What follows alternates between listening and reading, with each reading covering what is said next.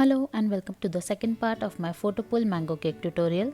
In the first part I showed you how to make your own photo roll box. So in case you haven't checked it out, I recommend you check it out first. I'll put a link to it in the description, and in this part we're going to assemble it. So first we'll make a vanilla sponge, and for that I'm taking 140 grams of curd in a bowl.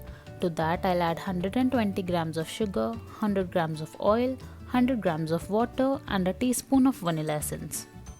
This is an eggless sponge and it's super soft and moist. In another bowl, I'm taking 200 grams of plain flour. To that, I'm adding half a teaspoon of baking soda and 1 teaspoon of baking powder. Now I'm going to grease a 7-inch cake tin with a little oil and flour. Just make sure there's not too much of oil, otherwise the cake will become greasy. So once this is done, I'm going to start mixing the wet ingredients. I'm using a whisk to do that. You don't need a blender or a mixer. After everything is combined, sift in the dry ingredients. This will incorporate air into the sponge and it will become light and soft. This will also make sure that our raising agents are distributed evenly. Now I'm going to mix it in until everything is well combined. Make sure you don't overmix the batter, otherwise you'll end up with a dense and hard sponge.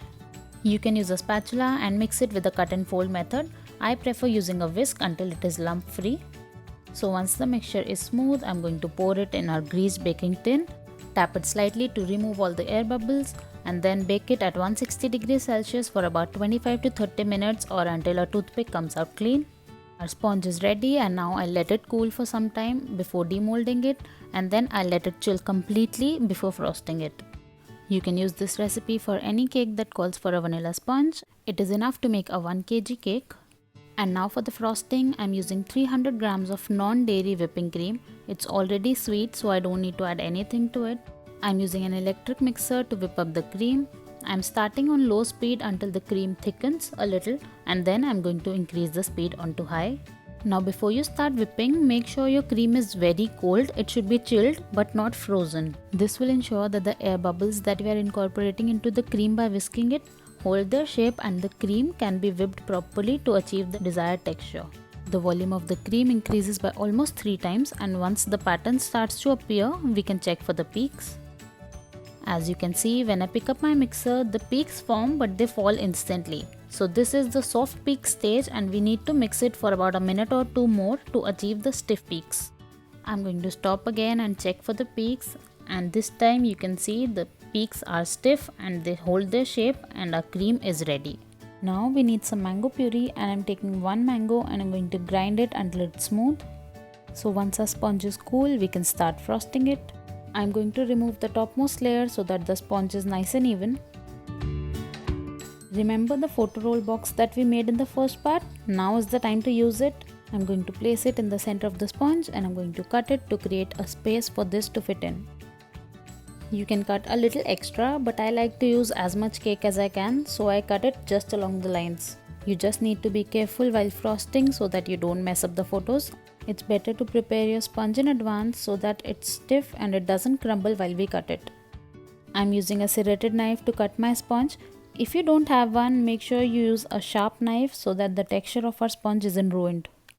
Once it's cut, lift up your sponge and carefully push out the piece from the center. You can see the texture of our eggless sponge. It's risen beautifully and it's so soft and moist. I'm going to keep it aside and I'm going to divide my cake into 3 layers. Look carefully, I'm not changing the direction of my knife. I'm just moving it to and fro and I'm rotating the sponge as I go. I'm going to cut it along the circumference first and then I'm going to go to the center. Now I feel it's easier to create that rectangular space first, but if you want, you can cut the layers first and then create the rectangular space for your photo roll box. Now I'm going to lift it carefully and I'm going to place the second layer on top of my cake board. Before that, I'm going to apply some frosting on the board so that the cake layer sticks to it and doesn't move while I frost it. Now just to be sure, I'm using some cello tape at the bottom of my photo roll box to stick to the cake board so that it doesn't come off entirely. Now it's time to frost it. Remember that mango pulp? I'm going to use it in place of sugar syrup to soak my cake layers. Now let me warn you, it gets a little messy. So what you can do instead is you can soak your cake layers in sugar syrup and frost it like you would normally do, and then spread the mango pulp over your frosting. Also, if your mangoes are not too sweet, you can add a little sugar while making the puree. Now I'm going to spread my whipped cream in an even layer all over my cake. This is the benefit of using a box to store your photo roll. The photos are safe and secure, and even if the frosting touches the box, it doesn't matter. I've covered the skewer in frosting, and now I'm going to top it with some roasted chopped almonds. This is optional, but if you do, remember to spread some frosting over your almonds so that the second layer sticks and doesn't fall off when we cut the cake. Now I'm going to put the second layer on top, being careful not to break it. This is why you need a smaller tag. It must allow your cake to go inside without breaking it. But if you have a bigger tag, you can tape it after putting the final layer on. Now I'm going to repeat the steps as I did for the first layer. I've spread my frosting after soaking my cake layer in mango puree, and I'm now sprinkling almonds. Spreading a thin layer of frosting over the almonds is very important, otherwise your cake layers will simply fall off once you cut it.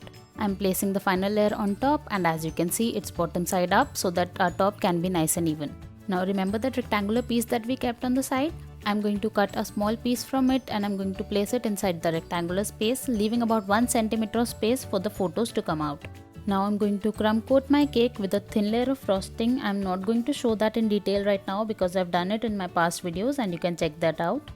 If the mango puree is making it difficult for you to frost the cake, you can simply add in some water and make the puree a little thinner so that the cake can absorb it easily. Also, be very careful, you don't want the frosting to touch your photographs. If you want, you can cut the last layer a little more, but it will be difficult to cover that space up, so I prefer not doing that. You can put this photo roll box in any cake of your choice, the procedure remains the same. Once you've covered the cake in a thin layer of frosting, it will seal all the crumbs and it will become easier to manage. Crumb coating is an essential step and you must do it if you want a neat looking cake. Once the sides are smooth, I'm going to pull in all the extra frosting from the edges to make it smoother on the top as well. Once it's done, I'm going to chill it for about 30 minutes so that the frosting gets firm and I can apply the second layer of frosting on it. I'm going to apply an even layer of frosting all over the sides, and I'm going to use a cake comb to make a nice pattern. These are easily available on Amazon, and with a lot of different variety, you can choose any one you want. I'm going to simply place it along the edge of my cake and I'm going to rotate my table. I'm not moving my hand nor the comb is still, only the cake is rotating. You might have to do this 3 to 4 times to get a neater look. Now I'm going to pull in all that extra frosting from the edges, and since I'm going to cover the top in mangoes anyway, so I'm not going to spend a lot of time in making my cake look neater, but it still looks fine and I'm going to chill it until I cut the mangoes. Now I've cut very thin slices and I'm going to place them consecutively slightly on top of each other to make a floral pattern. Now this is completely up to you. You can decorate your cake in any way you want. You can even make small mango rosettes, they look very pretty. Or if you don't want to use fresh mangoes, you can use the leftover frosting to create patterns. It's your cake and you can garnish it in any way you want. But personally, I love using fresh mangoes for the pop of color they add to my cake and also the texture. The slight contrast to the sweet whipped cream enhances the flavor so much. You can also use any other soft fruit of your choice. Look at how pretty this looks, it's so satisfying. I've put some more almonds at the bottom. You can use dollops of whipped cream as well. Now our cake is almost done, but I don't want this photo to be visible from the outside, so I'm going to cover it with some chocolate balls. You can use anything to cover this up. You can use Oreos, you can use strawberries, you can use fresh fruit, choco chips, candies, anything. So there it is, our photo pull mango cake is ready. I hope you enjoyed the tutorial, and if you did, please like this video, subscribe to my channel for more videos and press the bell icon. Now I'll let you enjoy this beautifully smooth photo pull. Thank you so much for watching.